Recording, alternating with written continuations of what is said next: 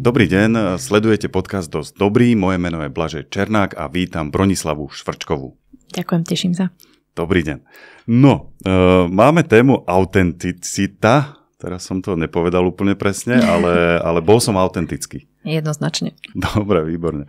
My sme sa rozprávali o tej autenticite aj pred nahrávaním a povedali sme si, že nebudeme robiť niečo dvakrát, nebudeme hovoriť dvakrát o jednej veci, a aby sme boli autentickí.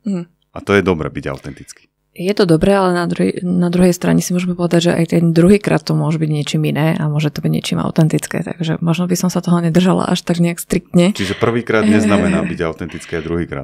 Môžeme byť druhýkrát, lebo verím tomu, že to bude zase iné nejakým iným spôsobom a že to zase priniesie niečo zaujímavé. Takže... Dobre, poďme na to. Okay. Čo je to tá autenticita? Ako to vnímate?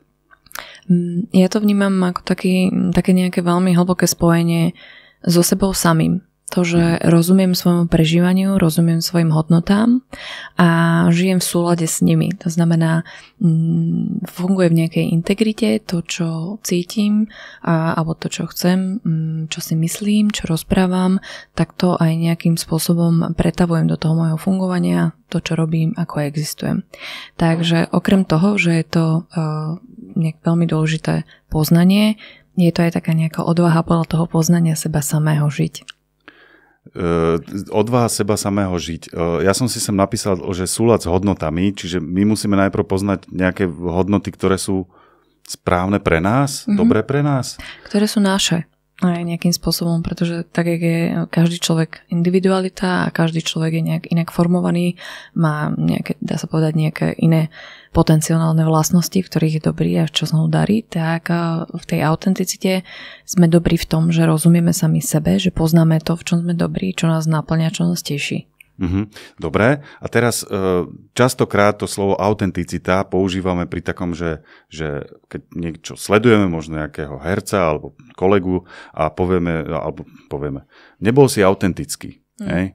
Ale ten človek si môže povedať, bol som, toto som ja. Hej? Čo teda platí? To, čo nám hovoria ostatní, alebo to, čo cítime my? Keď by bola na to jasná odpoveď, ale v podstate tú našu autenticitu môžeme ako keby nejakým spôsobom zhodnocovať len my sami. Pretože nikto iný sa nevie pozrieť do tej našej hlavy a porozumieť tým našim danostiam alebo tej našej situácii. Ale čo sa môže diať, je, že ten druhý nejakým spôsobom zacíti ten náš nesúlad toho, ako sa prezentujem, ako fungujem, ako rozprávam, povie si, že to mi niečo nesedí. A častokrát je to veľmi subtilné. Vy to neviete ako keby k čomu pripojiť, že čo mi tam vadilo a neviem, ten človek, ja mu to neverím, to je také zvláštne. A to je, myslím, že taký taká tá naša schopnosť toho nejakého šiesteho zmyslu, čítať tú neverbalitu, čítať tie pocity toho druhého. A ja som sa vždy tak na to pozrela, že to je také ezoterické, akože to nemáme podložené, viete, toto akože empiria poďme a tak. A bolo hrozne zaujímavé, že práve v tej psychoterapii fungujeme na týchto zrkadlových neurónoch, fungujeme na tom, že my načítavame to, čo sa v tom druhom deje, tie emočné procesy, ako sa cíti, ako funguje. A to je niečo, čo proste presne udržíte v tej rovine, že mne sa zdá, že tam niečo bolo, alebo mne tam niečo nesedí, ale je to veľmi ťažké definovať. Preto sa v tomto ľudia necítia dobre, častokrát utekajú k tomu, byť že autentický. To sa mi zdá. Alebo to tak nebolo. Že oni sa necítia dobre v tom byť autentický. Tak si to mysleli? Či... Zmysel toho, že keď ten druhý je nejaký taký, ja neviem, prečo ja tam niečo cítim. Že on proste je nejaký. Ale neviem to vydefinovať, aký je. A ten druhý zase povie, že som našlapal perfektne, som naučený, tu mám prezentáciu, proste mám vystreté plecia, nič im nedám vedieť, vnútorne sa chvejem, ale vlastne tá druhá strana, že tam mi niečo nesedí, hej. Že nie je ako keby ten človek s tým zladený. A myslím, že toto je niečo také, čo ako to dokážete, alebo akým spôsobom to poviete, toto nie je autentické, toto nie je také onaké. Väčšinou, keď niekomu poviete, že nebol si autentický, tak sa možno aj urazí. No, myslím, že to vie tak trochu akože poštuchnúť, že no čo, ty vieš o mojej autenticite, ale na druhej strane nám to môže dať nejakú veľmi dôležitú spätnú väzbu, pretože ja sa môžem pri niektorých ľuďoch chovať úplne inak. To znamená, že napríklad pri tomto človeku, čo mi takýmto spôsobom povie, že ty si nebol sám sebou, alebo to bolo nejaké divné, tak nepotrebujem to nejako dokazovať alebo sa s ním hádať, ale môžem ísť sám do seba, do nejakej sebereflexie a hovoriť si, že to je zvláštne, že čo ja s týmto človekom mám, mal som s nejaký konflikt, nedôverujem, podoba sa mi na svokru, ja neviem, čo tam je a neumožňuje mi to fungovať v tom nejakom mojom nastavení. Hej? Že proste tam naskočím na tú vlnu, že aký by ten druhý možno chcel, aby som bol, aby som fungoval. A to je veľmi také krehké a subtilné, tam strašne ťažko zistiť, čo sa mi tam deje a preto je to taká neustála sebaaktualizácia, sebareflexia toho, ako sa s tým druhým cítim, ako sa tam mám a kvôli čomu vznikol ten pocit, že nemôžem byť sám sebou a nemôžem vyjadriť svoje pocity tak, ako potrebujem alebo svoje potreby. Mne teraz naskočilo takéto, možno preskočím veľmi ďaleko, ale že byť vo vzťahu autentický je akože inak. Dá sa byť vo vzťahu neautentický? Že môže existovať takýto vzťah? Určite, že zoberte si, že keď len chodíme na tie rande, to je taká klasika, že no tak akože ja neverím, že niekto príde na rande a ukáže to najhoršie zo seba. Akože môžu byť takéto nejaké pokusy, že ktorí to skúšajú. Hej. Ale tam môžu byť práve, že taká tá pózerskosť a tam človek nemusí byť autentický, práve, že tam sa ukazuje, že chcem byť najlepší. Alebo... No presne, hej, že ja prídem na to rande, tak akože tak chcem byť pekná, chcem byť milá a vtipná, teda aby som nalákala tú druhú stranu, aby prišiel znovu a častokrát sledujem tú druhú stranu, na čo tá druhá strana naskočí, teda on má rád blondíny, keď idem si preliv blond, alebo neviem čo, hej, že idem v skutku do toho, aby som tú druhú stranu zaujala a nie je možnosť úplne byť sám sebou, pokiaľ mi na tom tak strašne záleží. Hej.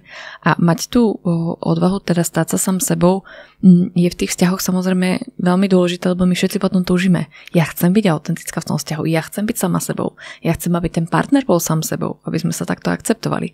Ale na začiatku väčšina z nás naskočí na to, že tak sa trošku opekní, no tak samozrejme som na trhu, hej, tak snažím sa byť lepšie a krajšie. Som skočil do vzťahov, neviem prečo, ale no, to je jedno. No, lebo to je veľmi silná téma, to je veľmi prepojené, hej, že keď si zoberiete, choďte na zoznamky, tak čo tam je, že hľadám niekoho, kto je sám sebou, kto vie, čo chce, kto nehrá kino, nerobí drámy, akože niečo podobné. Nebol som ešte na zoznamke, ale...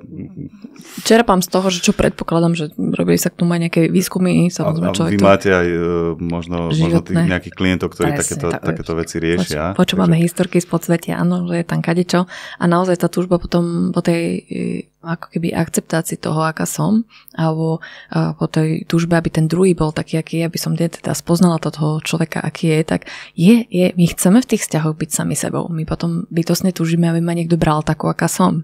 Ale najväčšia sranda na tom je, že beriem ja seba takú, aká som, poznám sa ja vôbec, rozumiem tým svojim hodnotám, alebo niekto príde a ja naučená tým, aby som vyhovala druhým, proste ako sa prilepím na ten obraz, ktorý chce mať ten niekto druhý a robím to, čo chce ten druhý. A som strašne prekvapená, prečo to v tých vzťahoch nefunguje. No ten druhý človek cíti, že ja neviem prečo, s tou babou ona je super, ale ja sa tam necítim dobre. Alebo ten muž je super, perfektne sa ku mne chová, ale niečo mi tam vadí.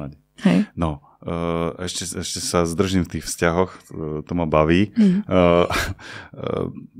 Keď teda idú na to rande a teraz akože trvá nejaký čas, kým naozaj začnú byť sami sebou, tak to poviem, a potom zistia, že to je niekto úplne iný a že až keď zistia, že to je niekto iný, že to je ten autentický človek, že sa ako keby ukáže, dá dole masku, neviem. To býva najčastejší možno taký problém, nie? Že prečo tie vzťahy končia, že vlastne sa odkryjú tí ľudia a začnú byť sami sebou.